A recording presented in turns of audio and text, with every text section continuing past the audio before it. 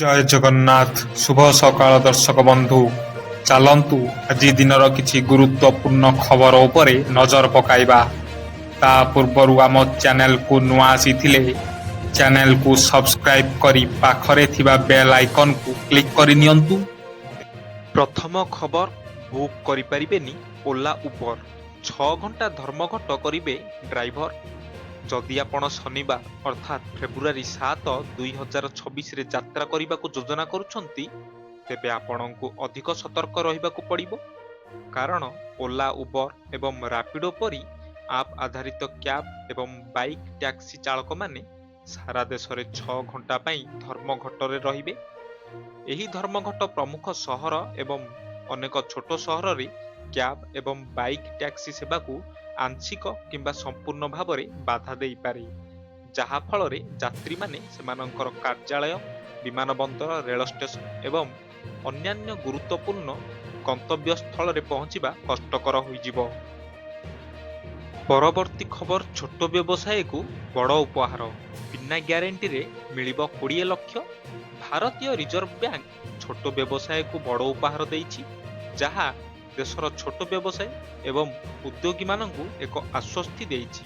ମୁଦ୍ରାନୀତି କମିଟି ବୈଠକ ପରେ ଆର୍ବିଆଇ ଗଭର୍ଣ୍ଣର ସଞ୍ଜୟ ମଲ୍ହୋତ୍ରା ଘୋଷଣା କରିଛନ୍ତି ଯେ ବିନା ବନ୍ଧକରେ ଏମ୍ଏସ୍ଇକୁ ଋଣ ଦେବାର ସମୟସୀମା ବଢ଼ାଇ ଦିଆଯାଇଛି। ଏହି ସୀମା 10 ଲକ୍ଷ ପର୍ଯ୍ୟନ୍ତ ଥିଲା, କିନ୍ତୁ ଏବେ ଏହାକୁ ଦ୍ୱିଗୁଣିତ କରି 20 ଲକ୍ଷ କରାଯାଇଛି। ପରବର୍ତ୍ତୀ ଖବର, ବିବାହିତ ମହିଳାମାନେ ଅନ୍ୟ ପୁରୁଷଙ୍କ ସହ ଶାରୀରିକ ସମ୍ପର୍କ ରଖିଲେ ତାହା ବଳାତ୍କାର ନୁହେଁ। ବର୍ତ୍ତମାନ ସମୟରେ ସୁପ୍ରିମକୋର୍ଟ ଫୌଜଦାରୀ ନ୍ୟାୟ ବ୍ୟବସ୍ଥାର ଅପବ୍ୟବହାର ବିଷୟରେ ଚିନ୍ତା ପ୍ରକାଶ କରିଛନ୍ତି। ସୁପ୍ରିମକୋର୍ଟ କହିଛନ୍ତି ଯେ ଅନେକ କ୍ଷେତ୍ରରେ, ଯେପରି ଖରାପ ହେଉଥିବା ସହମତି ସମ୍ପୂର୍ଣ୍ଣ ସମ୍ପର୍କ ପରେ ବଳାତ୍କାର ମାମଲାରେ ପରିଣତ ହୁଏ, ଯାହା ଆଇନ ଭାବନା ବିରୁଦ୍ଧରେ।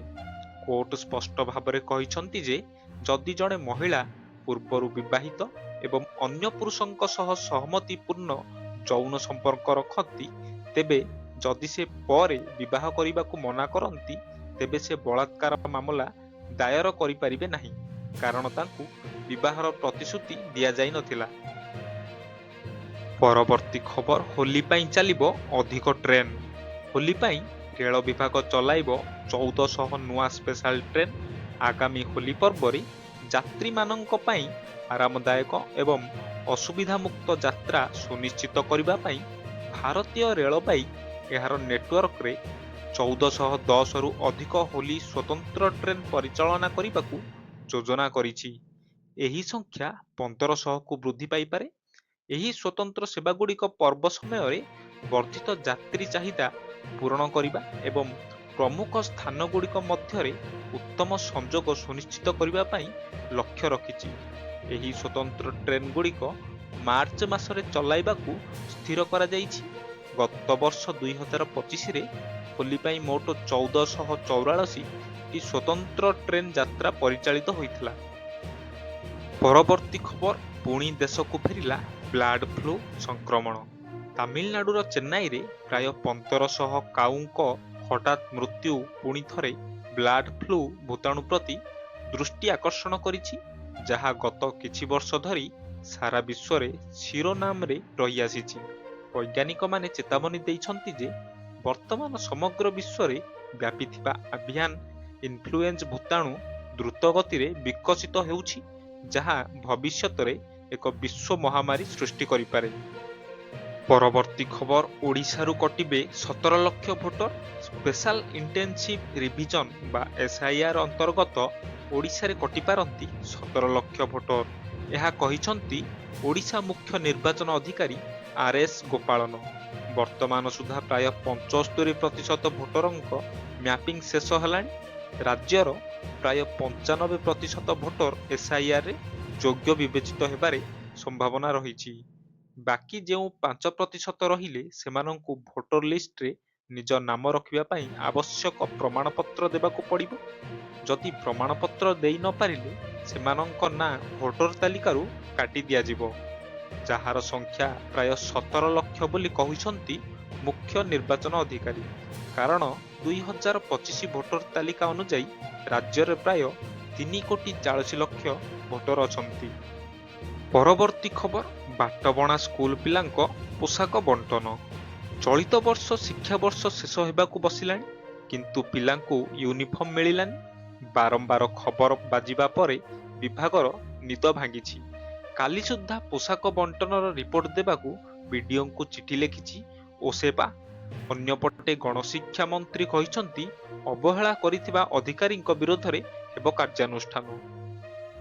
ପରବର୍ତ୍ତୀ ଖବର ଇତିହାସ ରଚିଲା ଟିମ୍ ଇଣ୍ଡିଆ ଷଷ୍ଠ ଥର ପାଇଁ ଜିତିଲା ଅଣ୍ଡର-19 ବିଶ୍ୱକପ୍। ଭାରତ ଷଷ୍ଠ ଥର ପାଇଁ 19 ବର୍ଷରୁ କମ୍ ଦିନିକିଆ କ୍ରିକେଟ ବିଶ୍ୱକପ୍ ଚାମ୍ପିୟନ ହୋଇଛି। ଶୁକ୍ରବାର ଅନୁଷ୍ଠିତ ଫାଇନାଲରେ ଭାରତ 1000 ରନରେ ଇଂଲଣ୍ଡକୁ ପରାସ୍ତ କରିଛି। ପୂର୍ବରୁ ଭାରତ 2000, 2008, 2012, 2018 ଓ 2022 ମସିହାରେ ଚାମ୍ପିୟନ ହୋଇଥିଲା। ବୈଭବଙ୍କ ବିସ୍ଫୋରକ 175 ରନ୍ ଇନିଂସ ସହାୟତାରେ ଭାରତ 50 ଓଭରରେ 9 ୱିକେଟ୍ ହରାଇ 411 ରନ୍ କରିଥିଲା। ଜବାବରେ ଇଂଲଣ୍ଡ କାଲେବ ଫାଲେନରଙ୍କ ଶତକ ସତ୍ତ୍ୱେ 40.1 ଓଭରରେ 311 ରନ୍ କରି ଅଲଆଉଟ୍ ହୋଇଯାଇଥିଲା।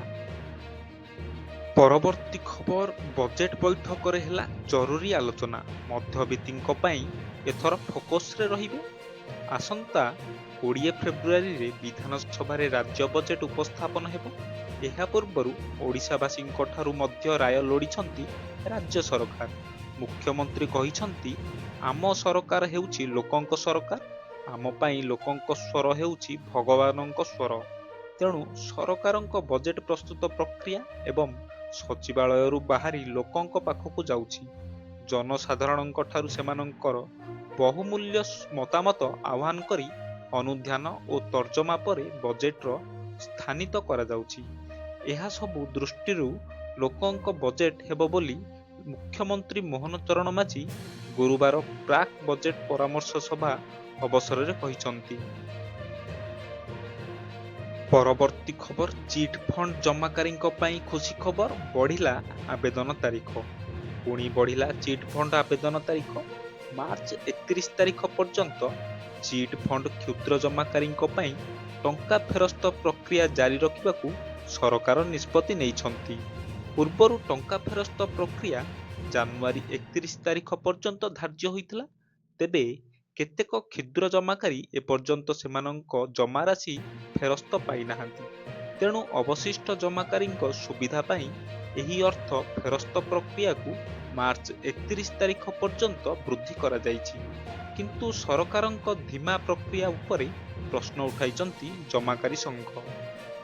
ପରବର୍ତ୍ତୀ ଖବର କୋର୍ଟକୁ ପୁଣି ବୋମା ଧମକ। ଧମକପୂର୍ଣ୍ଣ ଇମେଲ ବୋମା ପକାଇ କୋର୍ଟ ଉଡ଼ାଇ ଦେବାକୁ ଇମେଲରେ ଆସିଛି ଧମକ। କଟକ ଜିଲ୍ଲା କୋର୍ଟକୁ ବୋମା ପକାଇ ଉଡ଼ାଇ ଦେବାକୁ ଧମକପୂର୍ଣ୍ଣ ଇମେଲ ଆସିଛି। ଧମକପୂର୍ଣ୍ଣ ଇମେଲ ଆସିବା ପରେ କଟକ ଜିଲ୍ଲା କୋର୍ଟ ପରିସରକୁ ଖାଲି କରିଦିଆଯାଇଛି।